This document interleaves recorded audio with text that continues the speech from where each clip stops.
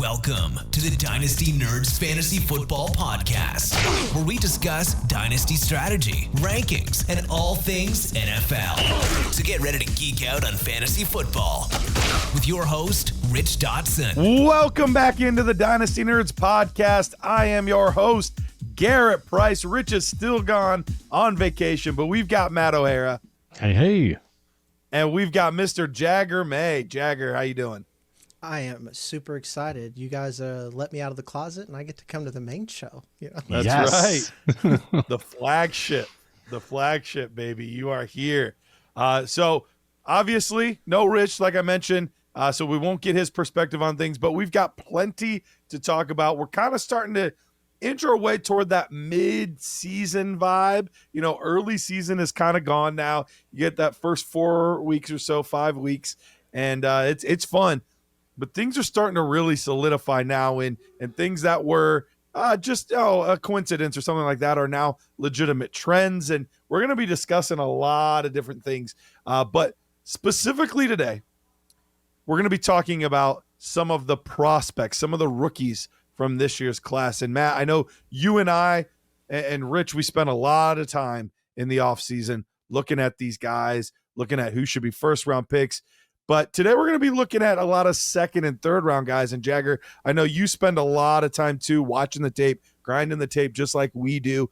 And what we're going to do today is we're kind of going to ask the question, these prospects that we were taking in the second and third rounds that maybe haven't really shown us much yet, are we buying the dip on these players? Are we just kind of holding? Or are you already kind of ready to just say, hey, I'm going to move on from this guy and try to recoup whatever draft capital I can and try again in next year's class? Sound good to you guys? Sounds man, let's fantastic. do it. Mm-hmm. All right, let's start with the first one. And Matt, I'm going to start with you on this guy, Jack Bech. Jack Bech, he is the Las Vegas Raiders wide receiver. Man, that's been like 5 years now. I was going to say that's so 5 years ago, man. 2020 or something like that. Crazy.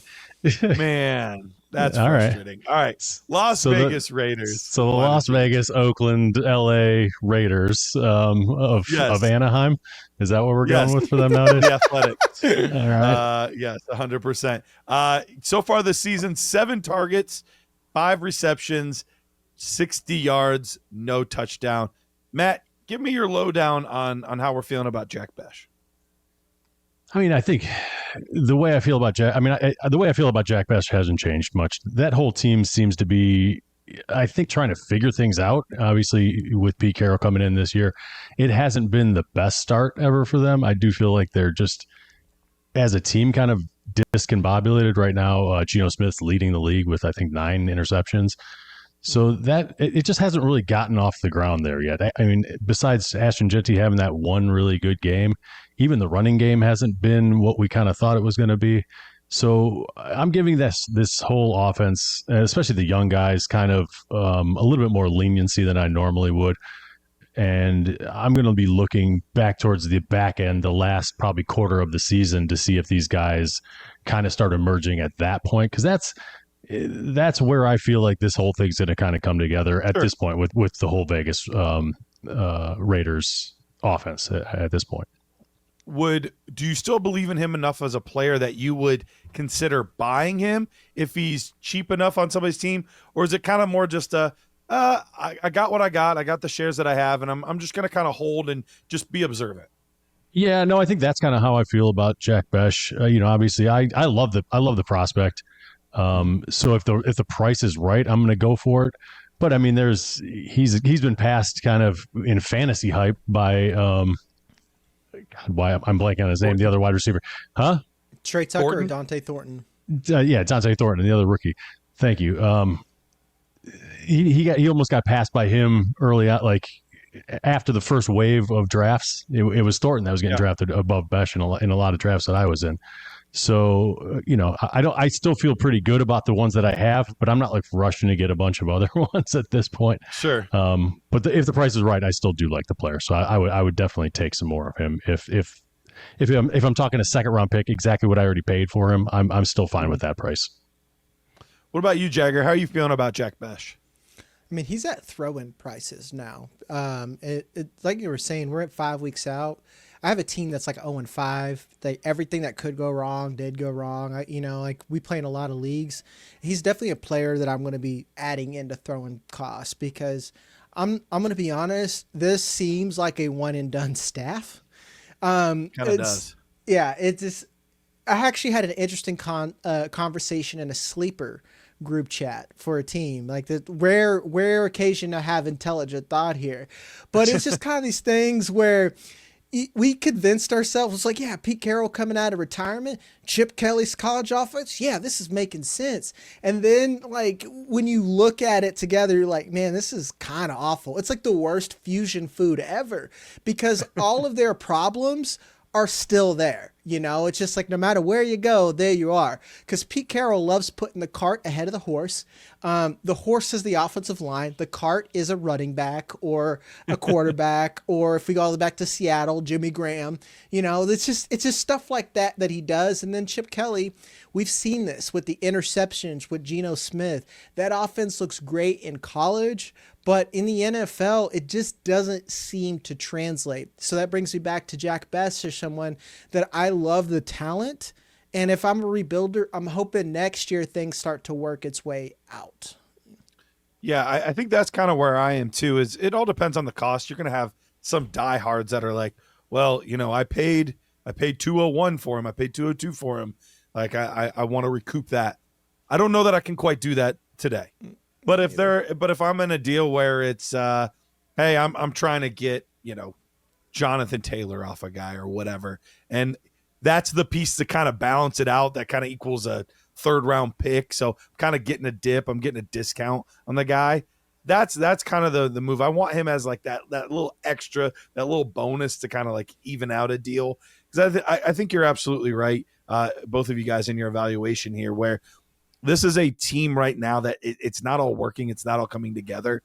But I don't know how much of that I can hold against him as a player. I want to give him the full season. I want to give him time to develop, see what he does the last 3-4 weeks of the year. And then I'll have a little bit better picture on, is this somebody I'm still believing in? Is this somebody that I'm ready to give up on? Because I'll be honest, guys, and let me know if you guys feel differently. With it only being 5 weeks, I don't know that we're going to say we're giving up on any of these players, right? Probably not. Maybe. I'm trying to look on the list. Ask me again later because I can't say. All right, so maybe. All right. We'll get to it. Actually, I'll say you're right. I can't give up on guys I never believed in. So I'll just say that. There it is. Okay, that makes perfect sense. Okay. All right. Well, let's get to the next one here. A guy that was, I talked about these all being 2nd and 3rd round guys. This guy snuck in at the tail end of the 1st in a few drafts. Now, I think more often he was 201, 202, same range as Jack Bech. But a few of those, especially if he was one quarterback, he did probably go in your 1st round. And that's Kaleb Johnson, former Iowa running back that is now with the Pittsburgh Steelers. He kept those same colors, but so far the game has not translated.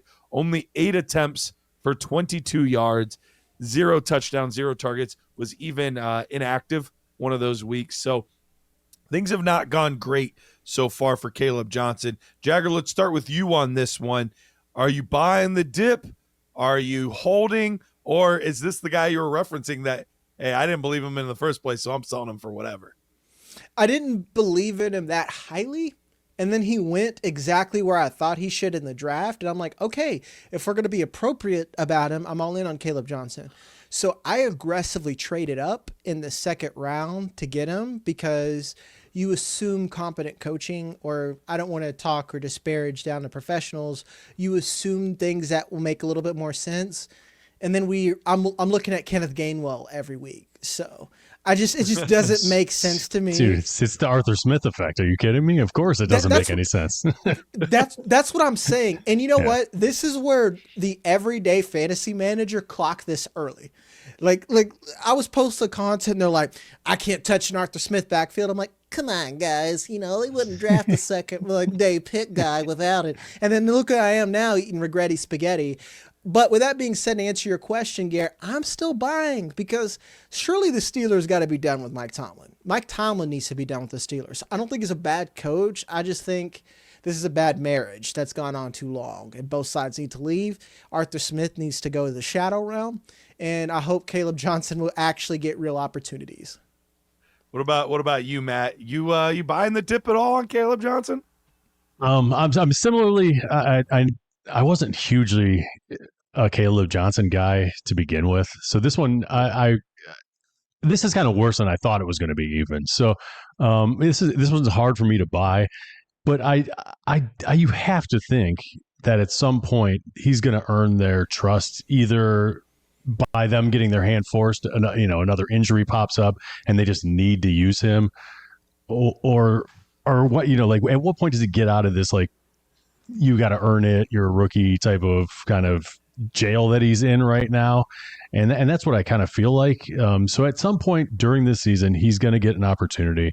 Whether or not he's good enough to do anything with it, I'm not sure, because I feel like they just got rid of a guy, Tre Harris, that's very similar. And it's because they weren't getting enough out of him. And then they went and drafted this, like, a very similar type of back. So yeah, we'll see if he gets his opportunity this year or not. To Jagger's point, maybe it is, next year where he really gets an opportunity if they decide to go in a different direction with that coaching staff. But the Arthur Smith thing, man, it's real. I mean, we've seen it in Atlanta. It was puzzling what he was doing with Bijan Robinson when he was there. And now, yeah, like you said, we're seeing Kenneth Gainwell games. And obviously Jaylen Warren was always a talented back to begin with. Yeah. So sure. Him getting stuff is no surprise, but Gainwell getting work is weird to me over a guy that they just drafted in the third round. So you never know what's going on in the background, what he's not maybe doing in practice that he needs to be doing, and why he's not getting that opportunity. So this one feels like am I giving up? No, but I don't have high hopes. So I don't know. This one's weird for me. I'm kind of like sitting on the fence with Caleb Johnson, and I know that was kind of a non-answer answer. So if you're going to ask me, am I giving up on him? Yeah, I am. But oh wow, you're just like Dunzo, like forever, or or is he like throwing? What is it for you? I'm not interested in players that I don't love to begin with, and then their situation is so murky and weird. So Yeah, I'm right. not like it's just like a bad feeling combined with another bad feeling. You're not going to like go out and chase that. I'm gonna stay away from it. So I don't have it. Luckily, I don't have any Caleb Johnson shares, so I'm not in this particular predicament personally. But if I was, I'd be trying to kind of get out from underneath Caleb Johnson if there was any value left. If anyone in my leagues were like, "Hey, no, this is going to happen. I feel pretty good. I'm gonna give you that second back," I would be fine taking the second and just punting and kind of going at it again. Would you take a third if somebody said, here's my third round pick. I'm a rebuilding team. So, it's a 3-1 to 3-3. I'm really not that kind of fantasy player. It's a sunk cost. Like I'll eat it, dude, before I take a third. Good and, yeah, exactly. All right. So, yeah. So for me, this is an interesting one because Jagger, it sounds like your journey, I think we've touched on it before, is similar to how mine was, where all of us at Dynasty Nerds, as a prospect, none of us were super high on Caleb Johnson. We're all like, we don't really see it. We don't really get the hype. We see him as more of somewhere in our 6 to 8 range at running back, and fine player, but benefited from a really good offensive line there at Iowa. I think his vision is questionable, but it's hard to tell when a line is playing that well. I don't think he's as explosive as other people think he is. So he's kind of an odd one for us. So we just weren't that high on him. But then he does get the third round draft capital. And it's like, well, the Steelers do like to run the football. And Arthur Smith, he does have a big back type. So, he likes those big bodies. So maybe this will work and maybe it'll all be okay. And, and then it's like, dang it. I should have stuck with my original evaluation where I just don't love him. I should have just stuck with that. But all of that being said, I do think if I am a rebuilding team, I do think this is a player that I would be okay targeting. Partly because, and this would be specifically for that third that I was talking about with Matt. Like if I have an early third And I'm looking at this 2026 class right now. And right now, overall, it's very meh for me, especially at the running back position. So if I can get in the third round a guy that at least has a hope and a prayer and a chance to be the lead back in an offense at some point, I think that's worth it for me.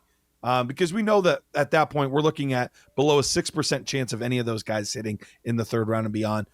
I'd give Caleb Johnson a better than a 6% chance of being the lead back in Pittsburgh. So I think for me, that's enough, even if it's not this year, because I think they're just going to keep doing what Aaron Rodgers wants them to do this year.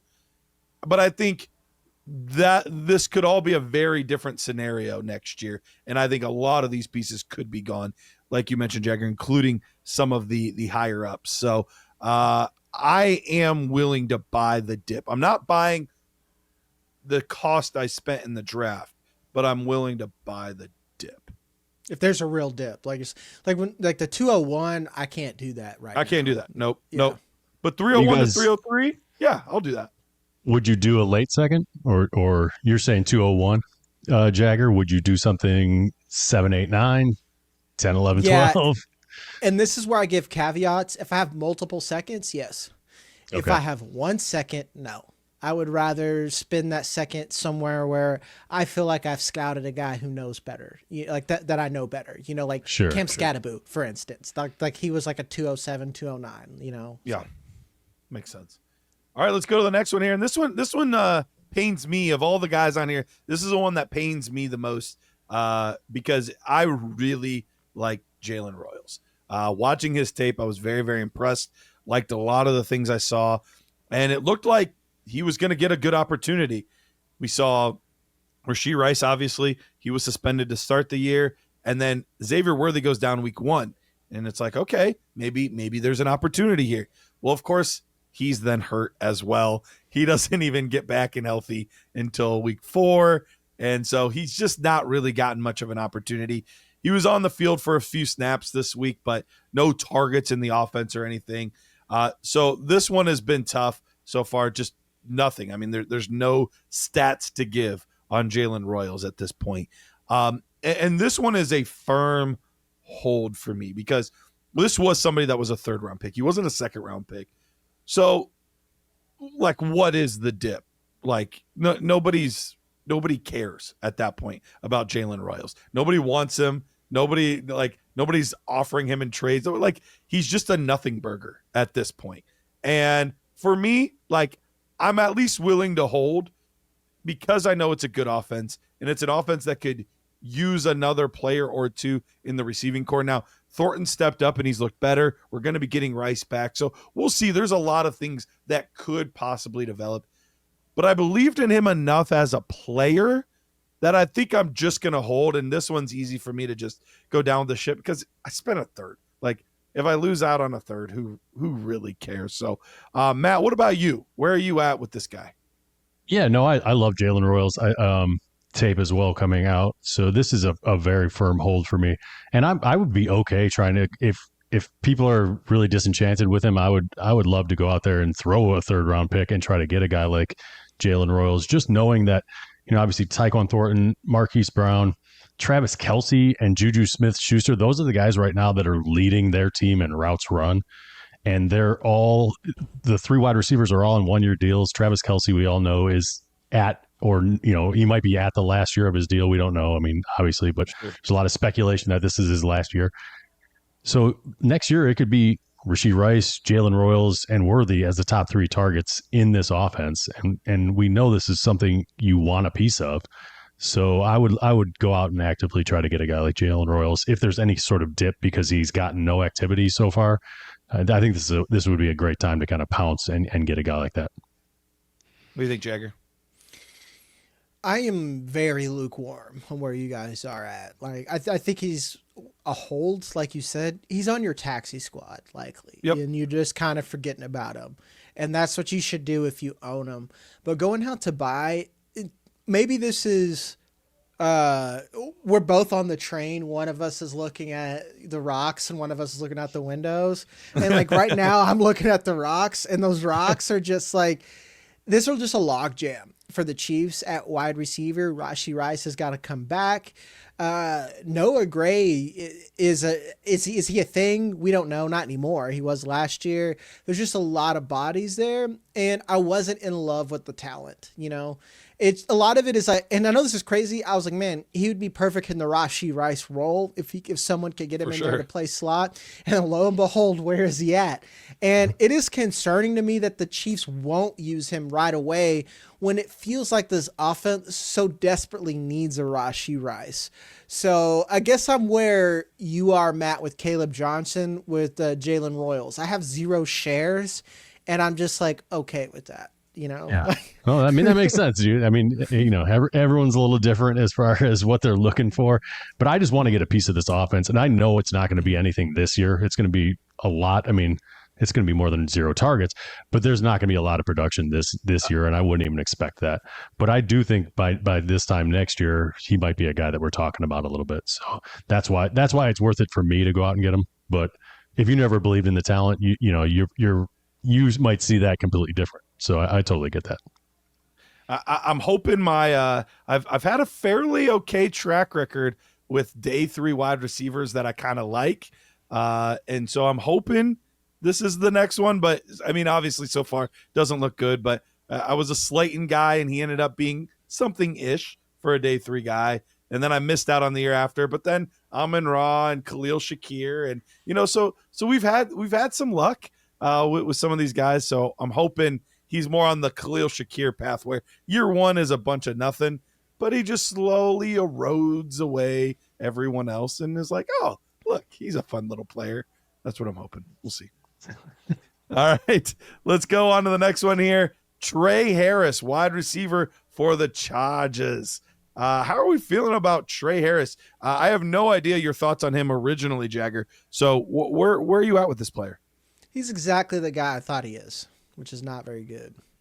I'm sorry, guy. Like everyone roasted me about Tre Harris, and he's a type of guy who gets people in trouble. They look at that yards per route run number, and he has that deep ball, high flashy plays, but a lot of the stuff that makes you successful in the NFL as a route runner, that was never, ever, ever, ever on tape, ever.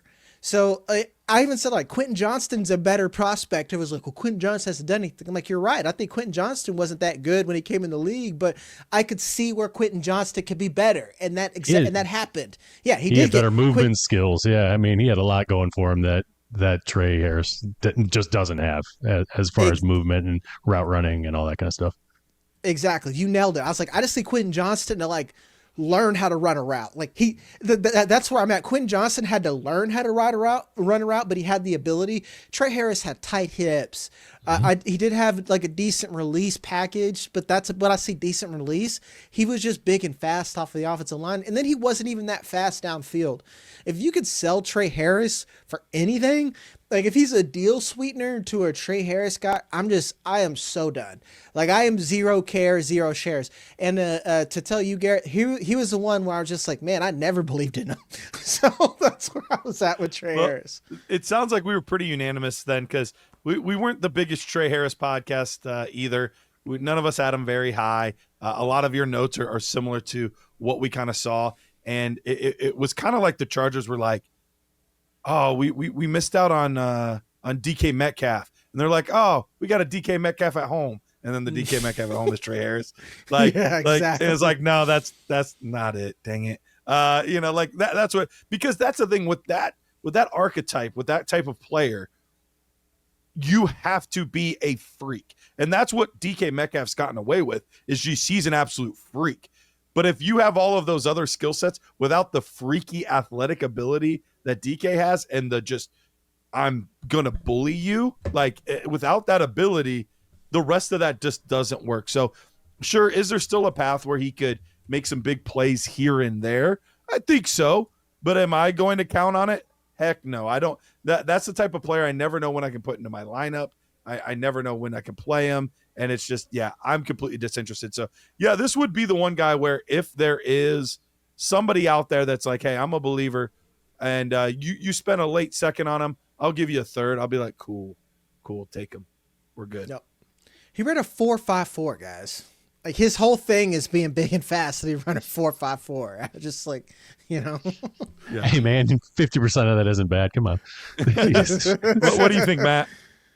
No, I'm with you guys, man. I couldn't wait to kind of bash on Tre Harris a little bit, which sucks. I don't like being that negative, but Well, we did it for you. When Jagger started talking about how bad he runs routes, I was like, oh my God, yes, thank you. Let's talk about it. So yeah, it's not a surprise that he's not getting a lot of run here. And let's be honest, Quentin Johnston, who we all kind of, or at least Garrett and I don't know Jagger's feeling on this, but he was a guy that I had pretty much given up on because he was not catching the ball well. His hands were pretty atrocious. He's come around. He's looked good. I think we should give some props when players like that get better in the NFL. Yeah. So Quentin Johnston has gotten better. Could the same thing happen for Tre Harris? Of course. I mean, these are professional athletes. They're finally getting to work on their craft 100% of the time instead of, school and all, anyway, whatever else they're doing in their lives. But I don't see it. I just, he's one of these guys that I don't have the highest, I don't know how to put it here. I don't have the highest amount of hope. Thank you. That was the word that I had none of. Not even enough to pull the word out. I don't have high hopes for a guy like Tre Harris just kind of making that jump. So Quentin Johnston had the movement skills. He just couldn't catch the ball. He seems to have gotten better at that. I think that's always going to be a thing for him, Quentin Johnston, but they're kind of living with it because they're getting the big plays out of him and he's producing for fantasy purposes. So Tre Harris is a kind of different animal, especially with Keenan Allen there. This year is going to be a complete dud, and we'll see what they kind of mold him into after that. But I'm not here for it, so I think we can move on from a Tre Harris type. All right, let's do one more prospect. Let's go down to Kyle Williams here. Kyle Williams, a guy that started getting a lot of buzz, especially when there were popular analysts talking about him being his number 2 or number 3 wide receiver in the class. Did you have him that high, Jagger? Not that high. No. Oh, okay. I mean, I was like, you're just like popular analyst. Yes, that's me. Exactly. That's where I was at. So there were people that had him really, really high. And look, I liked his tape. Like, I don't think he had bad tape, but so far this season, things haven't quite worked out great for the 3rd round pick by the New England Patriots. Just 2 targets, 2 receptions for 20 yards on a team that could probably use another receiver. So it's not been super encouraging what we've gotten out of Kyle Williams so far. And Matt, I don't remember specifically where you landed on Kyle Williams, but I don't think any of us strongly disliked him, but there just hasn't really been a lot to love so far this season. Do you still have some hope? Are you holding on to him? Are you maybe even buying him? I do like Kyle Williams, and he's not a guy like I don't think he was ever in like my top 5 to 7 wide receivers, but he was a guy that I did like. Just not like a super, not that high. But as far as what we're seeing, I mean, I think, Diggs is there. Obviously they're using Hunter Henry a ton in the passing game. Booty's even produced, I think, a little bit better than anyone kind of expected this year. So I just think this is kind of a be patient, hold type of thing. I'm not going to run out and I wasn't high enough on him to go run out and get a bunch of shares of him now, unless it's like super affordable and super cheap and makes sense. But I'm more of like I'm on a hold pattern with a guy like Kyle Williams because I think he's got talent. But unlike the Kansas City predicament, all the guys that are ahead of him in the pecking order kind of have like 2 or 3 year deals, including Stefon Diggs. So it might be a little bit tougher for him to break through unless he does some improving. So always a possibility. And it's not like anyone's really established other than Stefon Diggs, so he could do it. But those other guys are kind of a little bit. They have better rapport with Drake at this point, and it's just a little bit too much of an uphill battle for me to run out and grab a bunch of Kyle Williams shares. Yeah, So you raise your hand, Jagger. Now it doesn't sound like you had him 2 or 3, but it sounds like you were pretty high on Kyle Williams. So I'm interested to hear where you would be at as far as, is he just a hold? Is he somebody you're buying, and your perspective on him overall? I am buying him, and I was way in on him at cost. Is why I raised my hand. He was one of those guys where I was trading back into the second round, or sometimes he was falling to the third round. I was gonna say he was third for some, yeah. Yeah, and I was just like heck yeah, I'll go and get him. And a lot of that is like, I'm a Patriots fan, and I'm very familiar with Josh McDaniels. His offense is notoriously difficult for rookie wide receivers and just rookie players in general. And on top of that, again, we could be on that same train. This time I'm just looking out the window, is that the Patriots, they're not even playing Trevion Henderson right now. So you want to talk about like a slow play? You want to talk about, you spent one of the first picks of the second round on a running back, and you've got Fumble Jones out there on every play. It's just, that's what I'm saying. Like, maybe we should get Kyle Williams, because like maybe the Patriots don't fully know what they have already, and just the rest of that wide receiver room doesn't do what Kyle Williams does vertically. Maybe Booty, now all of a sudden he decided to show up, but it's what do these guys? What does the rest of the team not do? What does Kyle Williams do for them downfield specifically? And I think he can come in and complement Stefon Diggs and Hunter Henry. To me, I'm just not worried about Booty. I'm not worried about. I was big on Demario Douglas. That dream is over, in my opinion. So it's just he's someone I'm definitely going to buy at cost. Yeah, and I think you talked me into it, because I was I don't want to say a Kyle Williams guy, because that wouldn't be truthful, but I would say I'd have to go back and look and see exactly where I had him, but it was in the 8 to 12 range at receiver. So definitely somebody I liked and was interested in, and especially the third round capital on one of the more open wide receiver rooms in the NFL. There's definitely a path, but that's a good reminder on the Josh McDaniels offense, because that is true. That is something that rookie receivers have had a hard time coming in and learning it. And part of the reason we haven't seen them draft receivers well is because of how difficult some of those offenses have been for these young guys to learn and get comfortable in. So hopefully better days are ahead, and at the right price. Yeah, I would go out and I would get myself some Kyle Williams. So let's go ahead, and before we go into our next segment here, I want to remind you guys about FastDraft. FastDraft, it's an amazing opportunity. If you guys love some best ball and you're like, oh yeah, you mean Underdog? Yes, Underdog's a great platform, but I'm talking specifically about FastDraft. You can head over there and look, it doesn't have a ton of sharks like it does in other places. It doesn't have a lot of the guys getting 150 and 200 different teams in. It's more of your low-key casual guys, and this is your opportunity to go in and make some money. They've got weekly games. If you didn't take advantage of the offseason stuff, they have weekly games, the Quick 6 Super Slam or the Flex 6 Frenzy tournaments with guaranteed prize pools, profits up to $300 on that one. So go ahead, head over there, check it out. Best of all, if you go there and you deposit anywhere from $10 all the way up to $100, they're going to match that deposit. And when you do that and play a game, us at Dynasty Nerds, we're going to give you everything we have at Dynasty Nerds absolutely free. That is a $70 value if you head over to FastDraft and do that today. And look, if you're already a member, cool. We'll give you $25 to our merch store. You can get yourself a nice t-shirt, a hoodie, whatever you want. Head on over there. Use promo code NERDS. That's promo code NERDS at FastDraft. Do it today and get in on all the glory. So let's go ahead and move into our second segment here. And I didn't come up with any like clever name or anything like that. I'm just like, I want to talk about receivers. All right. We're going to talk about receivers because there's some, I don't want to say hot button issues, but more or less hot button issues that I think we need to address and we need to talk about. And so let's start with this one here. Mr. Puka Nacua.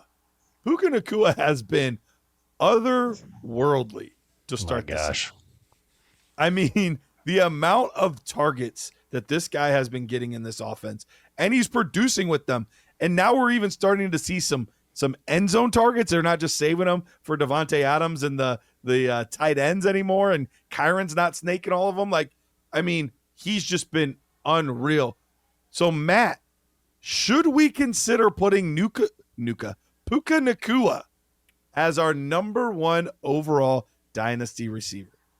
Funny that you called him Nuka. My son just started playing fantasy football this year and didn't know how to pronounce his name. He called him Puka Nacua. Puka Nacua. Puka Nacua. I'm like, that's perfect. The dude is going nuclear. So this is great. That is like the perfect nickname. It's so yeah. I think it's hard not to at least have this conversation. He's on pace right now for 2,000 yards, 177 catches. I mean, so obviously you can't extrapolate 5 games and expect that to hold up over an entire season. But if it was to do that, he would be at 376 points without touchdowns. And last year was a crazy year with Ja'Marr Chase far and away above everyone else. And he was at like 403 or something like that. So he would need 4 touchdowns to, on top of whatever pace he's on right now, to get to those same numbers that Ja'Marr Chase had last year. And obviously that propelled Ja'Marr Chase, if he wasn't already your number 1 guy, at least, you're talking about putting him in the number 1. So I think we have to have that same conversation with Puka Nacua, just given how young he is. The downside for me is, he's in an offense with Matt Stafford, and that really does, I think, propel him up quite a bit. I don't know how he would be with another quarterback, if he'd be as effective. I think he's going to be an effective wide receiver no matter what, but is he in the conversation for the number 1 overall guy without a Matthew Stafford? I don't know.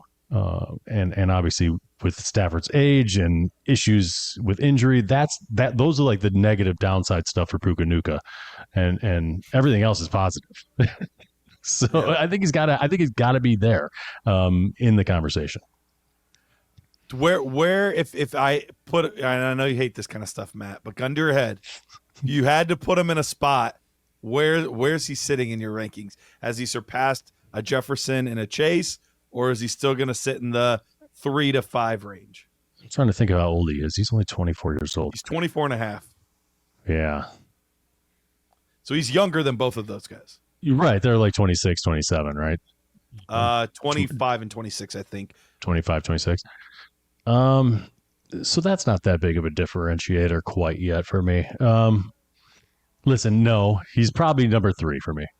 Okay. And I think, that's probably him jumping 4 or 5 spots. So that's pretty good. Sure. Yeah. Jumping over Amon-Ra and CeeDee Lamb and Malik Neighbors and some of those guys. All right, Jagger, what about you? Are you having this conversation legitimately with yourself in your own rankings on putting this guy potentially all the way up to wide receiver 1? I mean, yeah, he's my wide receiver 1 right now. And to be fair, this is one of the few spots where it's a tier of Justin Jefferson, Ja'Marr Chase, and Puka Nacua. And maybe that's a little bit of a cop-out. I hear you on Matt Stafford, but let's look at Ja'Marr Chase right now. Joe Burrow is great, but how long is he going to last behind that offensive line that they have there? He's consistently injured all the time. Justin Jefferson, technically QB proof, but a lot of that upside, particularly with touchdowns, we don't get because he doesn't have a quarterback either. I just look at what the Rams are as a team, what they're willing to do. Matt Stafford will be the guy until he's not, and they will aggressively go out and go get their next guy. And I'm sure any quarterback is going to be more than happy to be in that offense because, I mean, we've already got a triple crown winner with Cooper Kupp. Then we immediately get Puka Nacua, who comes in and has the greatest rookie wide receiver season ever. It just seems like the infrastructure, with the exception of quarterback, is there for success. And that's what matters to me, arguably more than quarterback. I'm not worried that they're going to have those Steelers years where they're just going to be like, all right, let's go keep, putting in ghost after ghost after ghost and hope it works out. I know that they're willing to empty the clip to go get another Matt Stafford later. So, yeah, and I think that is similar to where I am at. I'm struggling with whether or not I'm putting him at 1 or not. I currently have him at 2, and it is between him and Chase. And I have switched them like 8 times. I have tinkered so many times, like flipping them back and forth in my rankings. But to what you said, Jagger, it's not as much about quarterback for me, although that plays a huge role. Is Sean McVay still going to be there? If Sean McVay's still going to be there, I'm cool. If Sean McVay's not there, that's when I'm worried. So I know there were rumors a couple years ago about maybe he retires early and takes a job in a booth and all that, and he seems very disinterested in doing that. Seems like he's kind of he's made his bed and he's like, nah, I'm a coach. Like I want to coach. And so with how friendly this offense is, I remember Justin Jefferson saying the first time Kevin O'Connell came to town, he's like, well, this is why Cooper Kupp's open so often. This makes so much sense. I just think this offense is going to continue to scheme him open. And so, yeah, it's great getting Matthew Stafford to throw him the football, but I think as long as they have a competent-ish quarterback, I think this is going to stay. So he's definitely at 2 for me. Is he at 1? That's where I'm wrestling. But as of this moment, I do have him at 1. But as I talk about it, I keep going back and forth between him and Chase. It is very, very difficult. Let's go to a guy that had an amazing rookie season to another one that could maybe surpass that rookie season. And Mr. Emeka Egbuka, this wide receiver for the Tampa Bay Buccaneers. Look, it's funny because I thought, I felt really good about these two guys that I'm going to mention. I was like, hey, JSN, it's going to take a couple years, but it's going to pay off. He's a solid, steady guy. And then the following year, hey, Romo Dunze, really solid player, but it's going to take him a couple years because of all the other players there, blah, blah, blah. And then this year it felt like I'm just broken record. Like, hey, I really like Emeka Egbuka, but it might take a couple years. And Emeka Egbuka's like, hey, shut up. Because, look, I'm going to come out right away and I'm going to ball out. And he's been absolutely nuts. So with what we've seen through 5 games, Jagger, where are you putting him in your rankings? I'm not as confident as I was about giving you a Puka Nacua answer. Okay. But let's put it this way. I've got it pinned where I'm having the Malik Neighbors conversation. We're already past the Marvin Harrison Jr. the stuff. Yeah. Like Garrett Wilson. Should we have that conversation? You got to think about all the criteria we just said about Puka Nacua. He's got a quarterback. He's got the offensive system that'll get him there. The Buccaneers seem very stable. What are we doing? Like, what else do we need at this point? It just not much. Yeah. I just think that they are. They believe in the talent. They paid for the talent, and at this point, you buy high until it's ridiculous. Until it just gets so far where we were with Puka Nacua almost, where you're just like, well, now it's too late. That door is just firmly shut.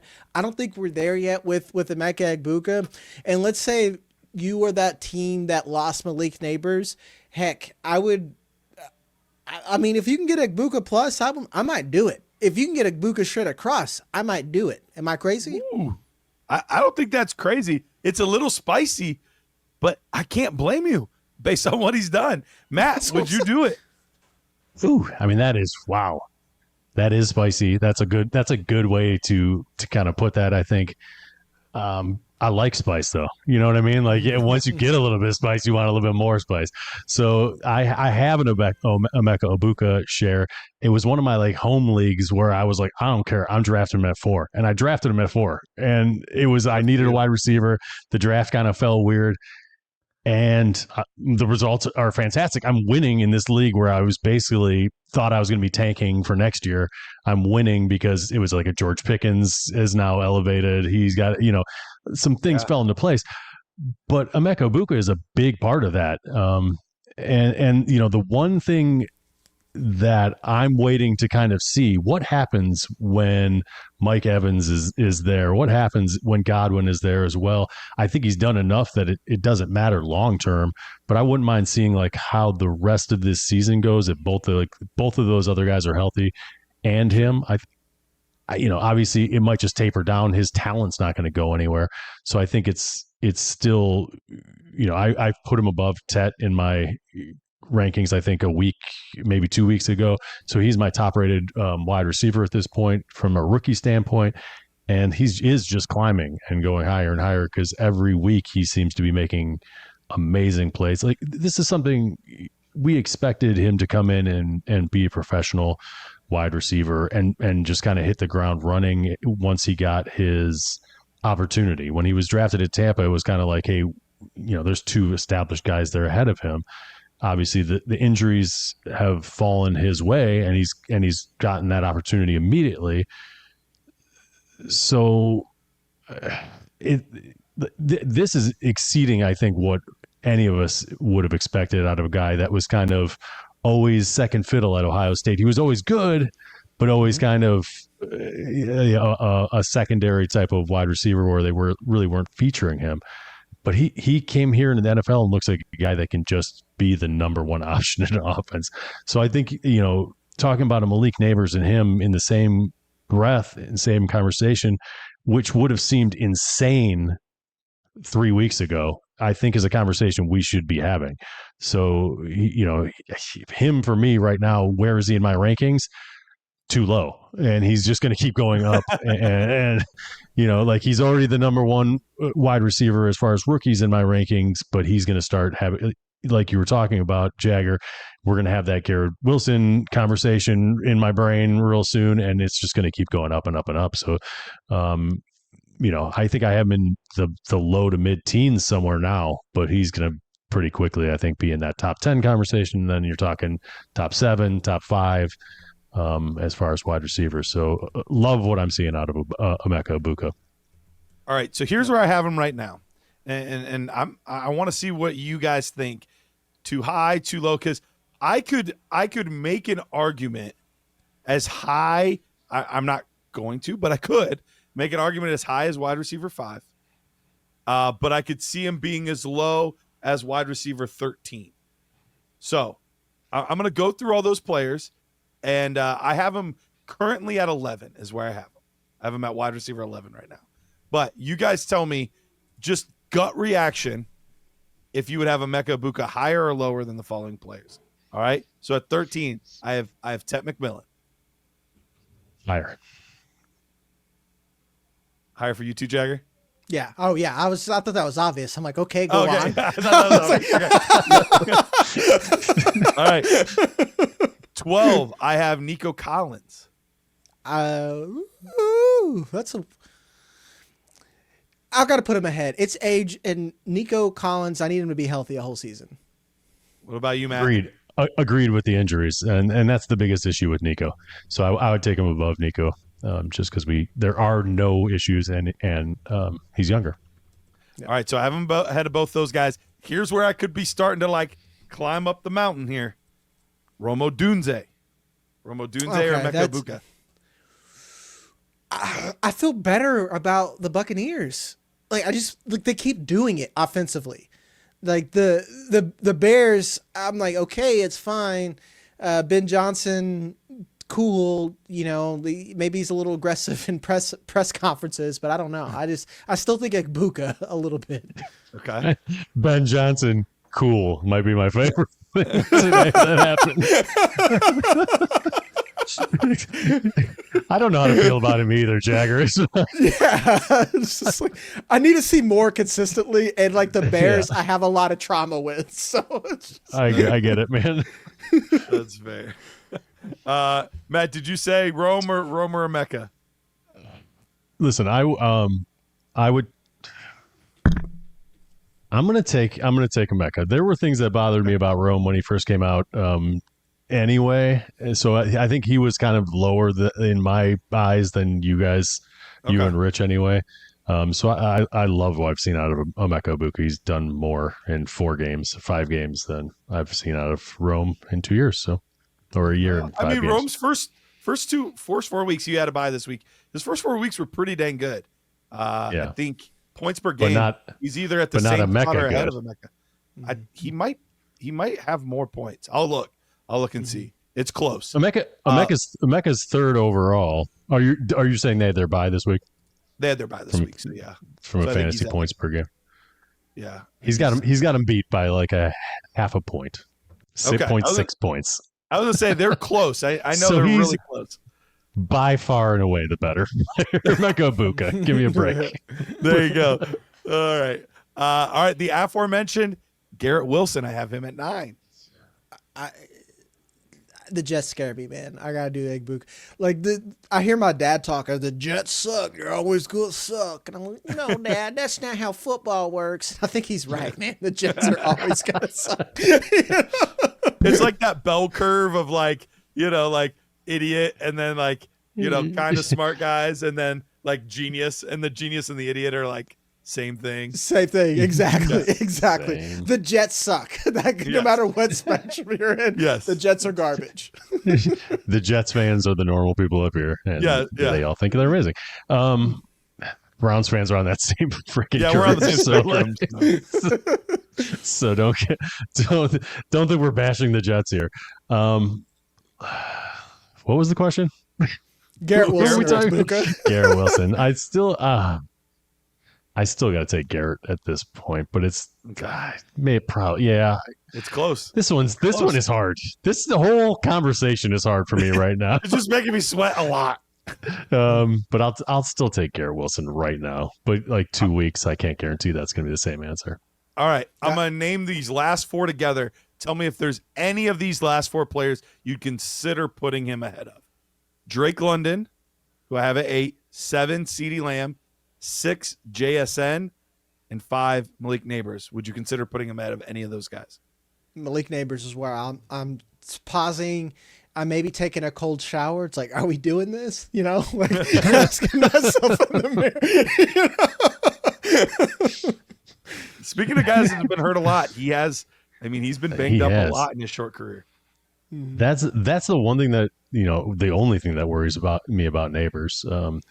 I don't think I can say with, if I was being truly honest, that I could put Emeka above him right now. So I would. Any of those other guys, matter. London. It doesn't matter how cold that shower is. I don't think I can put him up above that. Not yet. But man, if he keeps on this trajectory, that's going to be really hard.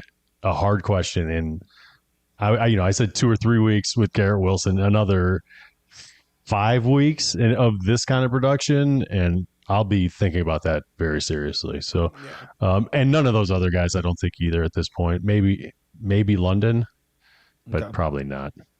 Okay. Hey, Nerd Herd, want to tell you about a show that we've been doing live on YouTube where we go over your teams and we talk about how to fix your broken roster. It's called Roster Rescue. We do it live every single Monday at noon Eastern time. And if you want to get a part of that, just head to our Dynasty Nerds homepage, go under the store tab, and you'll find Roster Rescue right there. Perfect opportunity to get your rosters in shape before the season or even in the middle of the season to make sure that you can win a championship. All right. Let's go to our next one here.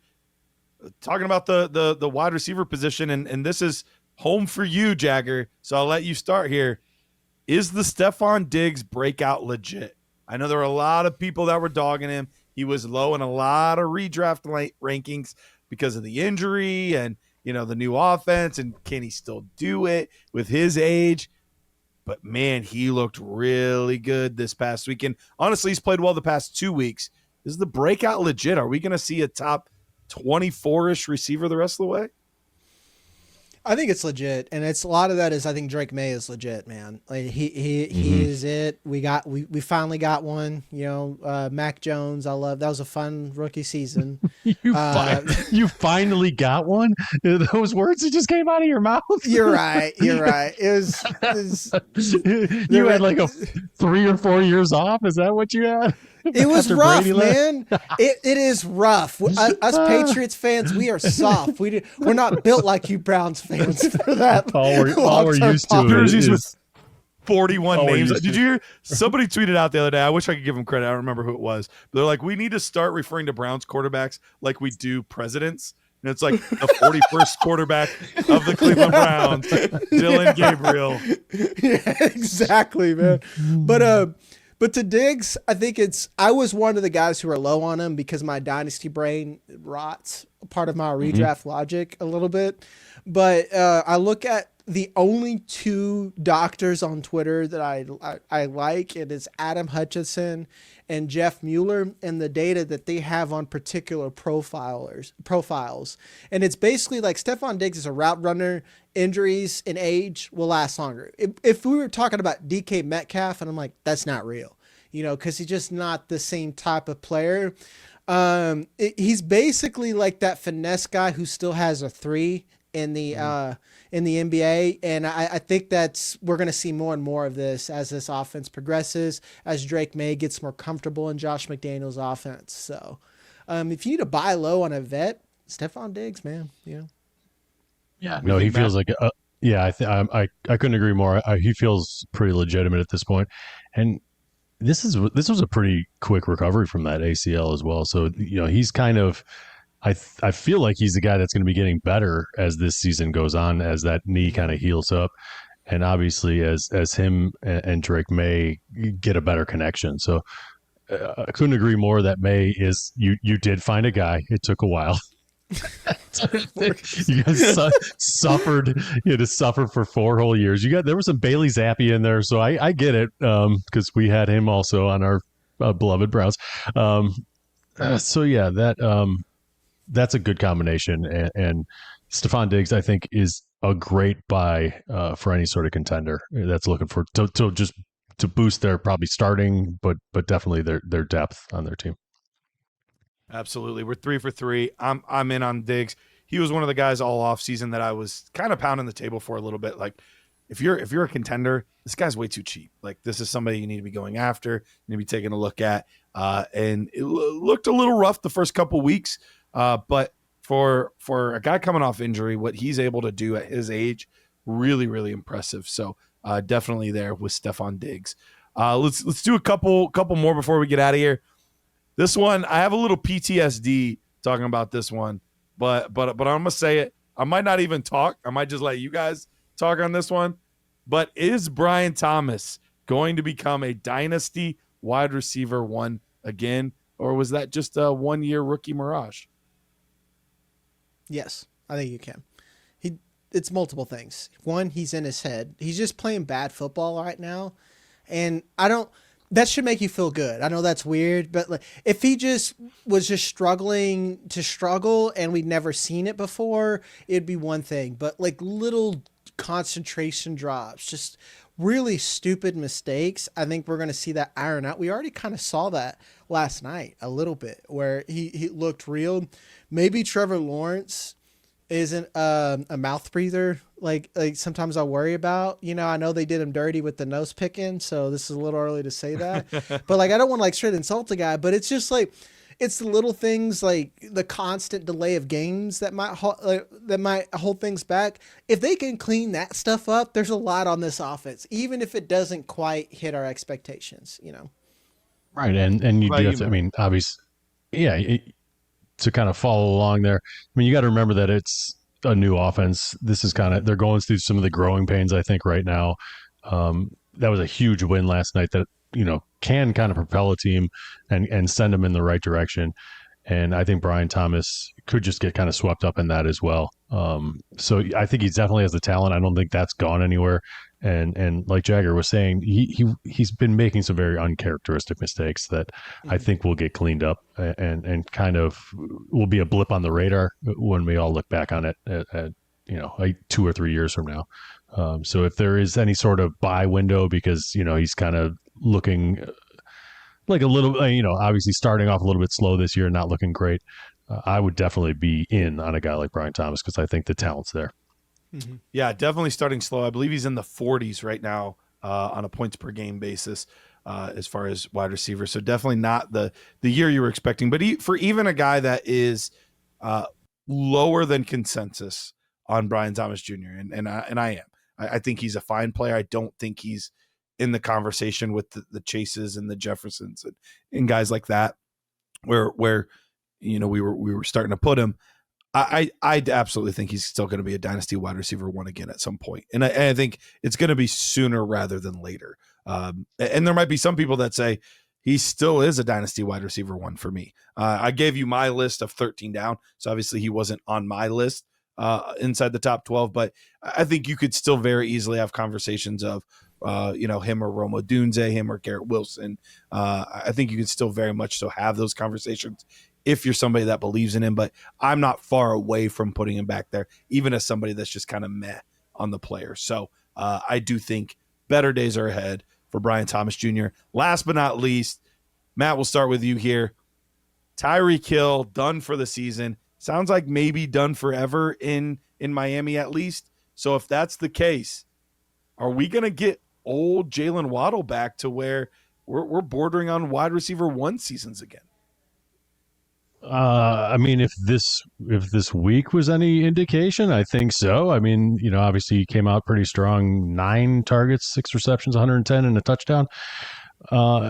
They got to get this kind of production from somewhere, and in this offense. So this is a hard kind of question. Is he back? I think he is back for now and for as long as Mike McDaniel is the head coach there. I don't know what this is going to look like next season, because this one feels like that, he might not even make it all the way through this season, the way things are going there in Miami. So this one's a tough one for me. But I like the player. I think as long as Tyreek's not there and McDaniels is there, he's going to be a big time factor.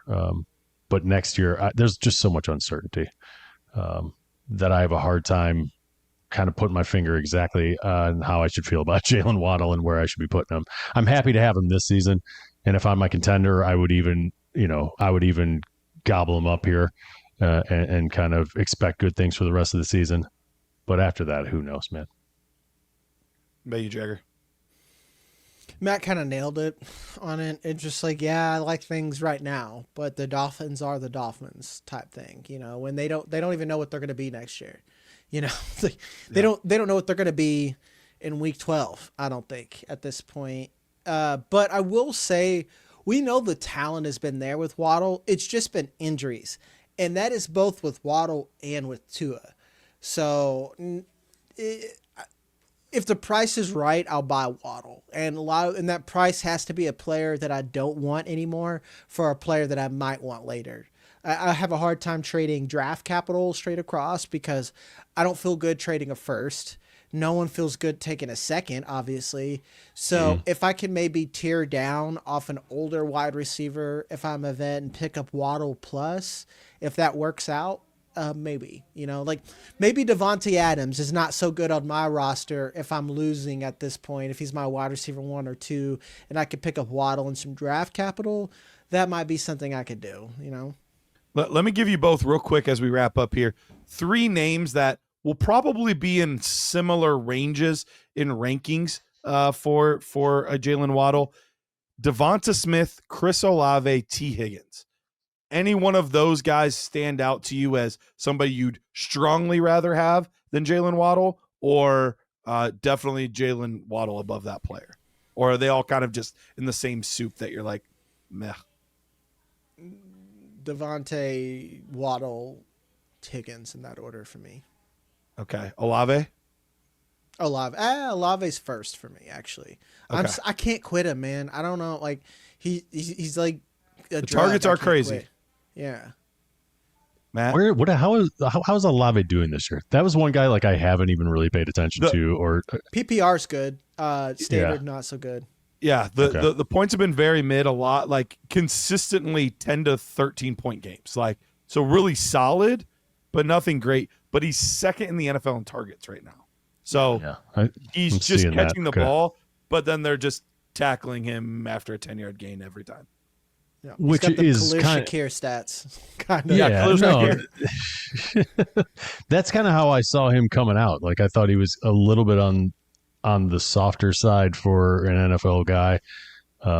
So Olave is a guy that I can quit. So I would probably take Waddle ahead of him. Who are the other? T. Higgins? I would take probably Waddle. Devonta Smith. Yeah, Devonta Smith is probably the hardest one for me. Devonta Smith, and I would take Waddle over all of them. Forget it. but I think Devonta Smith Waddle would be the highest, and then T. Higgins, and then Olave for me. So Waddle over all those guys. It's the route runners for me, man. If he can get open and earn targets, I won't ever quit you. I'll never stop. Zay Flowers Never, could break ever. both legs right now, and I'm like, well, he's a buy. Yeah. There was always just something missing in Olave for me. I don't know what, and I don't want to say like he's soft because I don't think that's what it is. He just doesn't have like grit or something. I don't know. I can't even put my finger on it with words. He gives you the ick. He just gives the sweat girls guy. You got a little bit of the ick. I guess that's what it is. All right, guys. Well, that wraps up our show. Make sure to stay locked in. We're going to be back for you guys with another show tomorrow. But for us, we're going to be heading over there right now. Appreciate you guys tuning in. Make sure to head on over to Spotify or Apple Pods or wherever you're listening to this. Make sure to give us those 5 stars, those comments. We greatly, greatly appreciate it. And we'll be back tomorrow. Adios.